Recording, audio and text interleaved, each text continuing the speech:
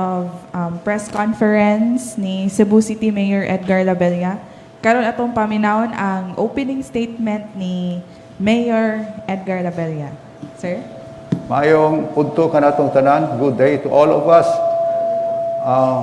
Una sa tanan, mapasalamaton ko sa atong mga katawhan nga kasagaran na gyud compliant na sa atong health protocols. Ang surge wala din sa Cebu City. Unya ang atong active cases less than 500 na lang. Kagahapon ang atong case 21 na lang ang gawas. Ang ato lang karon challenge kining pagbakuna. Kay so far 63,000 pa na bakunahan. Unya daghan man nga gusto pa magpabakuna. So this is the challenge that we are facing. Naunta suma sa saad ni Secretary Galvez mapadalhan gyud ta dayon sa mga vaccines regardless of the brand. Pareho ra na tanan. Muna nga pasalamat ko pero kinahanglan gyud nga we have to double our efforts nga daghan pag yung mabakunahan para nga ma-attain nato ang new normal. So kaninyong mga suguanon, salamat kayo sa inyong pagka-compliant. Although there are isolated cases, hindi gyud kapugan. Muna nga kana mo giatubang karon sa atong EOC, i-isyuhan nato show cause order nga ngano nga dili suspensohon ang ilang special permit to serve liquor. Kaya agay na itong mahibawan, when we lifted the liquor ban, there are special concerns. Una, matagaan o permit, of course, business permit, naanawan, pero kinahanglan nga doon ay special permit para nga ang mga guidelines masunod yun. Unya, suma sa inyong nakita, doon ay usa ka club, gipa-isyuhan na nato through the EOC nga ug sa atong business permit section nga atong gi-investigar, then if makita nato nga doon na kalapasan, then we might cancel the liquor permit nga atong gihatag. Una na akong opening statement kanatong mga suguan. So we will start the first question from Decime Padilla. Mayor, good morning. Good morning, Decime. Mayor, based lang sa record sa BPLO, Mayor, like lapas na nga mga 10 ka mga bars ang naisyuhan nila og show cause order bitaw. And unsay plano nato, Mayor, if ever magpadayon gini kini bitaw mga bars nga magpabadlong, like possible ba ibalik na lang nato pagpatuman ang liquor ban? Thank you, Mayor. Atong tanaw, if there is a massive violation, the possibility is not remote. Pero sa akong tanaw, kining nahitabo dito sa 888, it's more of an isolated case.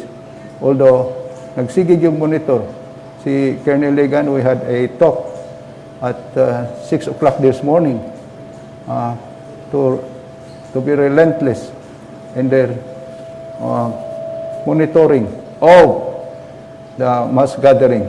Labi na yun ng mga party-party na doon ay mga giinom nga alcoholic drinks.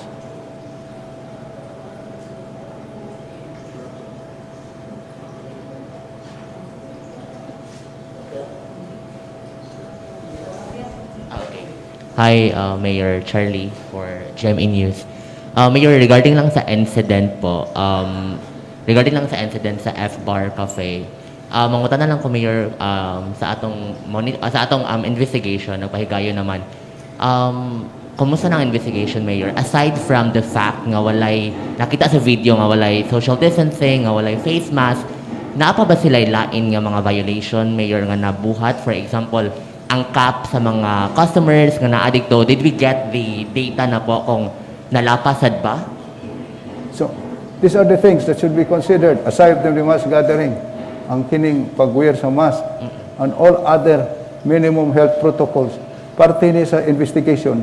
I had a talk with Attorney Jared, the business permit section head, and also Joel Garganera, and the rest of the investigators. I think the police will also take a hand. Kaya, tanawon gyud katong aside from murag daghang ni violate. Okay. Ingon si Councilor Gorgonera, Mayor, nga appeal daw ang mga customers nga nga i-penalize daw. I'm not sure kung ni hatag na ba og manifesto ang establishment nga, for example, pila to ang mga customers nga naadikto, kung kinsa to ang mga customers sa ilang data sheet, ni hatag ba sila Mayor? Or wala pa tayo nadawat ana as of now? I will check with Attorney Jared kung naana ba sila i-submit.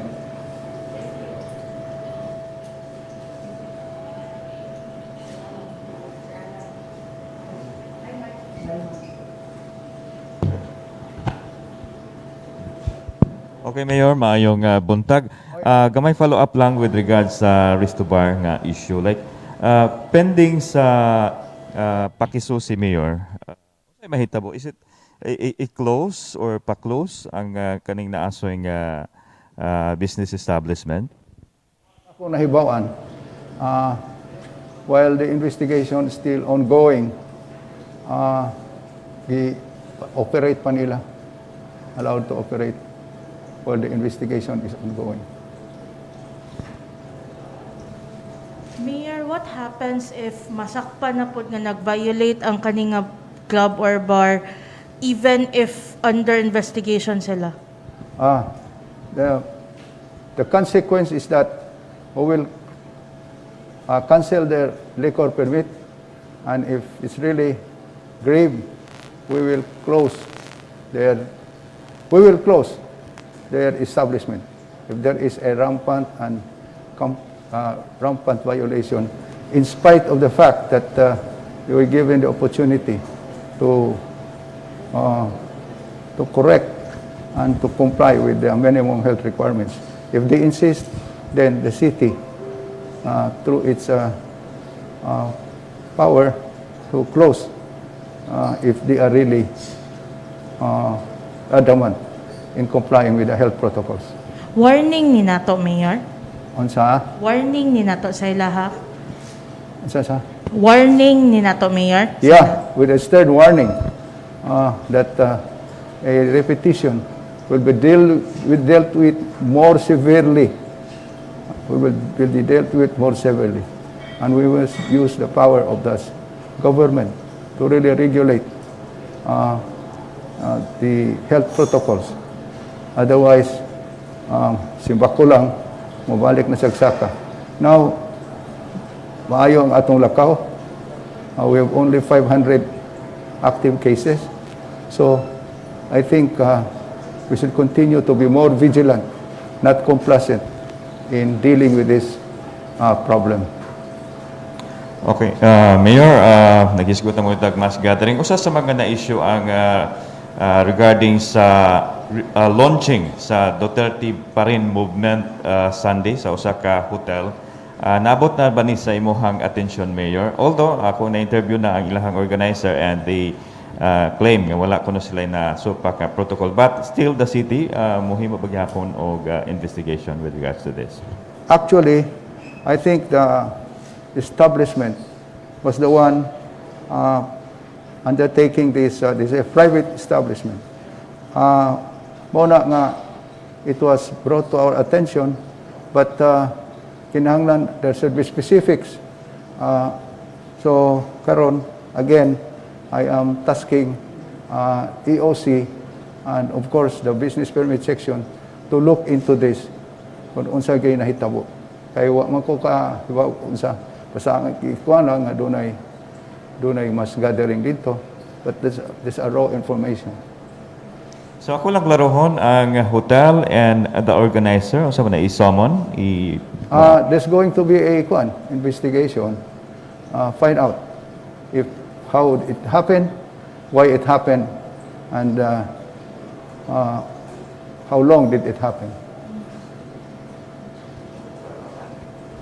Mayor, murag, since nagkaduol naman ng elections, Mayor, nagkadaghan ang inani nga klase nga events, unsay reminders na to, Mayor, especially for those who are currently in office, gani, Mayor, nga maghimo og mga events nga perhaps politically related or personally related, unsay reminders na to nila? Of course, as reminded by the President also, let us not use this COVID-19 problem and of course the vaccination as a way of promoting the political agenda of a particular person or a particular group. So I advise nga, sundon lang nato. Let's just focus first on the COVID-19 problem. Let's focus on the vaccination. Then maybe politics can take a backseat. Dayo pang usa pa ka tuig, di pa kinahanglan nga mag-akura ang tao. Unahon sa nato ning problema. Otherwise, way eleksyon kung daghan unyang mahitabo simba ko lang. So, let's focus first on the COVID-19 problem, the vaccination. And I hope that politicians, including my seat, will take a backseat on the political agenda of a person or a group of persons. Okay, Mayor, kuha na lang ko sa akong ikaduhang issue regarding sa vaccination. Murag 9% pa lang daw ang na-vaccinated sa Cebu City. Sa to ang target nga 700,000. So, medyo ubos pa. So, di ba ta mahimo mga programa nga to entice sa ato ang mga kaigsuunan nga magpabakuna? Just like sa bang mga LGU, doon na sila yung raffle nga house and lot or unsay ilaha mga gimmick. Sa Cebu City, unsay ato ang plano? Actually, mapasalamaton ganita sa Robinson, sa SMC side, sa Cebu Doctors, o sa University of Cebu for having coordinated join us in this vaccination program. We have to find out ato sa tan-awon kung unsay extent unya nga kanang mga incentive nga ilang gipanghimo nga dunay raffle. Kaya ako nakita din sa Cebu ang mga labi ng mga senior citizen, they are excited. Ang problema lang kuwang atong vaccine. So far, 63,000 pa ang atong nabakunahan.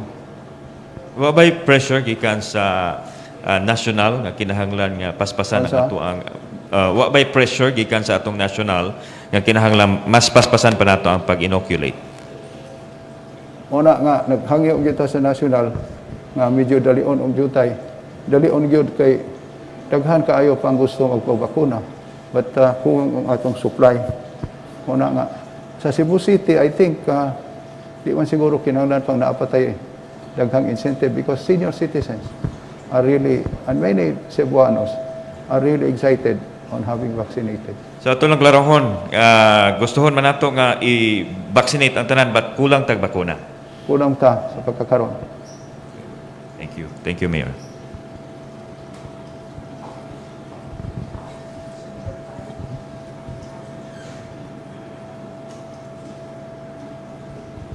Good morning, Mayor. Morning. Charmaine, sir. Ay. Since na-address naman yun ninyo, sir, ang katong panawagan sa mga TPUJ, sir, nga ablihan ang tanang rota. Actually, naghatag na executive order. So, pila na kabuok, sir, ang kanang natagaan og permit? Mga 45 na ang atong dunay aplikante nga mga 80 kapin ang ato nang natagaan mga 45 ka mga additional jeepney roads. 45 ang ato nang natagaan.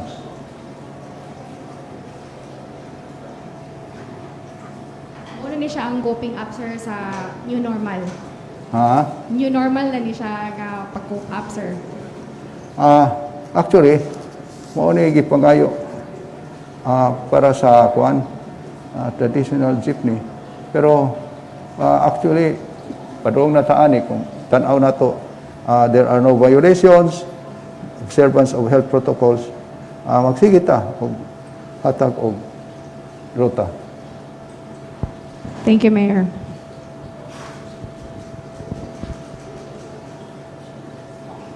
Next question is from Delta.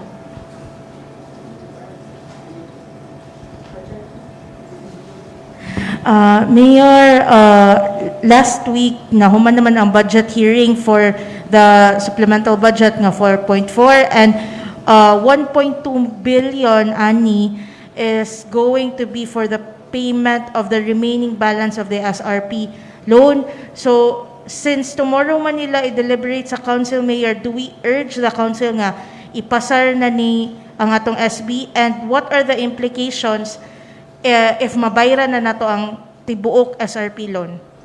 Dako kayo. Because the interest is so high. Once mabayaran na nato, we are debt-free. Ang atong bayranan, 1.2 billion. Muna nga, ipaningkamot nato nga mabayaran. I think the council is supportive. Vice Mayor Maikrama, members of the council, I know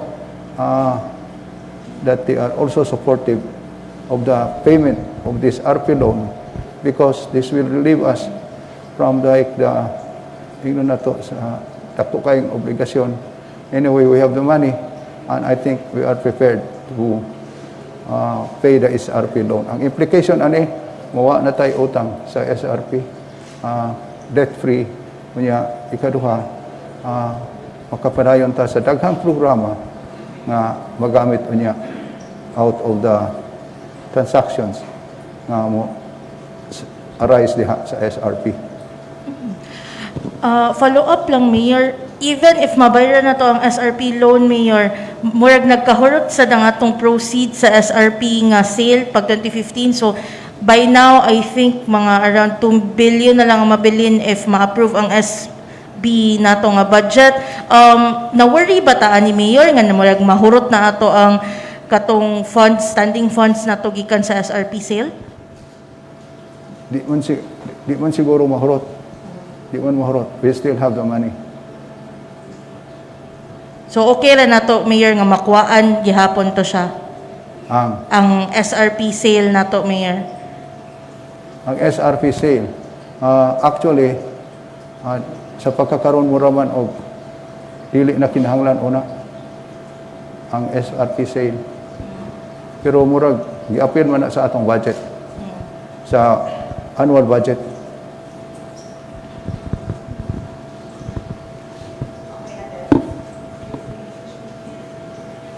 We'll have the last question, Mayor, from Decime.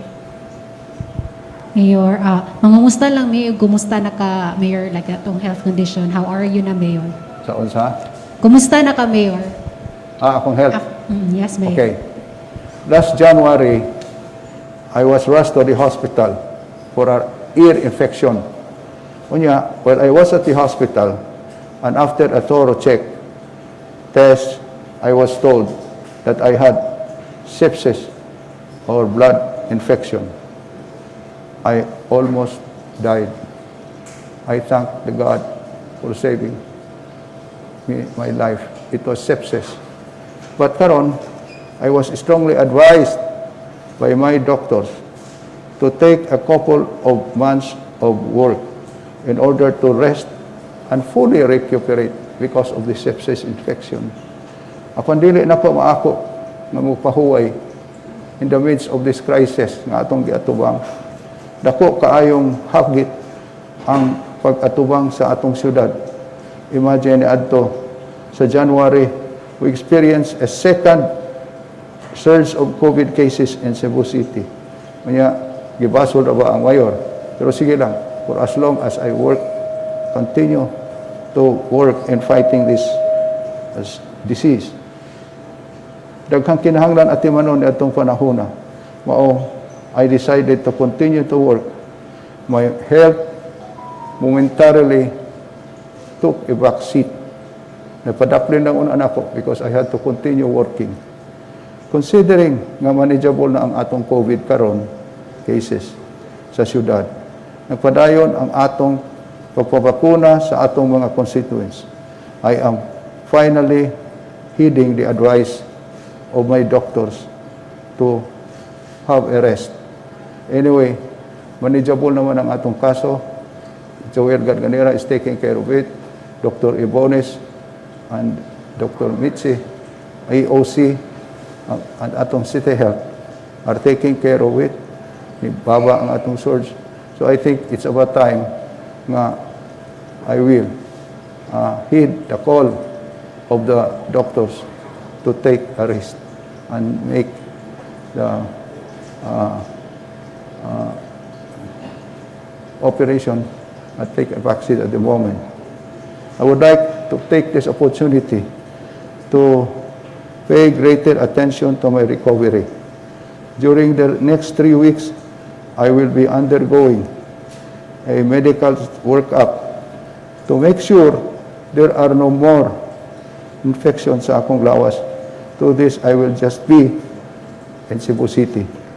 I would like to announce that I will be taking a leave of absence for 3 weeks, starting tomorrow, June 9. Kay I have now to heed the call of my doctors na I have to have a thorough check-up, monitoring, rest. Ang sulti yun sa akong doktor, they really needed me to rest, complete rest. I will be issuing a memo today designating Vice Mayor Michael Lopez Rama as the acting mayor of the city of Cebu for the next 3 weeks. Dako akong pagsalig kang Vice Mayor Mike Rama, for he will be able to perform the functions as acting mayor within the bounds allowed by law. Meanwhile, I am also entrusting the city administrator, Attorney Floro Casas Jr., to keep all the departments running in the city hall, even as I focus on my recovery to continue to monitor city. It is on the spirit of transparency and accountability that I am making public the state of my health. Transparency and accountability to make public the state of my health. I have come to realize that it is important for me to focus on my recovery, and I can also take care of the people of the city of Cebu. I am not getting any younger. Mapasalamaton ko sa Ginoo na I got a new lease on life, and I promise you that I will come back better and stronger. So strong sa atong mga kaigsuunan, I am asking for your prayers for my full recovery. I know that I can get through this with all your support and prayers. Stay safe, Subuanon, ug daghang salamat ang inyong tanan. Mayor, follow-up lang. In 3 weeks nga mag-leave ka, unsa man i-admit? Kinahanglan bang i-admit ka sa hospital or kuan lang? Sa pag-leave ni mo 3 weeks, kinahanglan ba yun nga i-admit ka sa hospital or kuan lang? Check up lang? Ang akong rest. During sa imong leave of absence, no, kinahanglan atimanon ang imong health condition. Yes. So during that time, unsa man i-admit ka sa hospital or check Not up lang, necessarily. rest lang? Anhar ako sa balay, but continuously monitored sa akong health condition. Continuous monitoring, pero naara sa balay. Maybe every now and then, kung kinahanglan, madto sa hospital. Pero dili ko sa hospital, I'll just have to take a rest in my house. That was the advice of the doctor. Ayaw na pagsige gawas-gawas, kay mabunog lang ka. Yeah, but I cannot also just disregard the problems of the city. That's why, despite the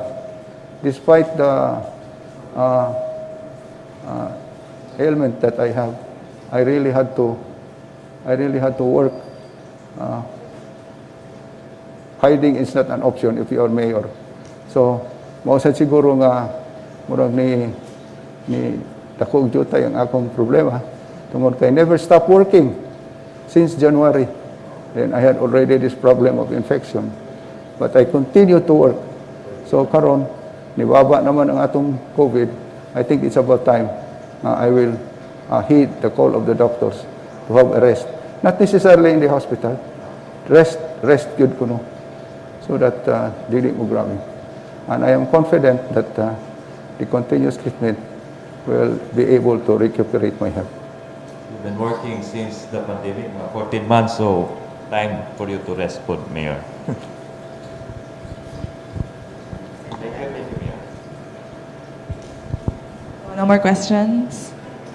So that concludes our press conference this morning. Thank you kaayo.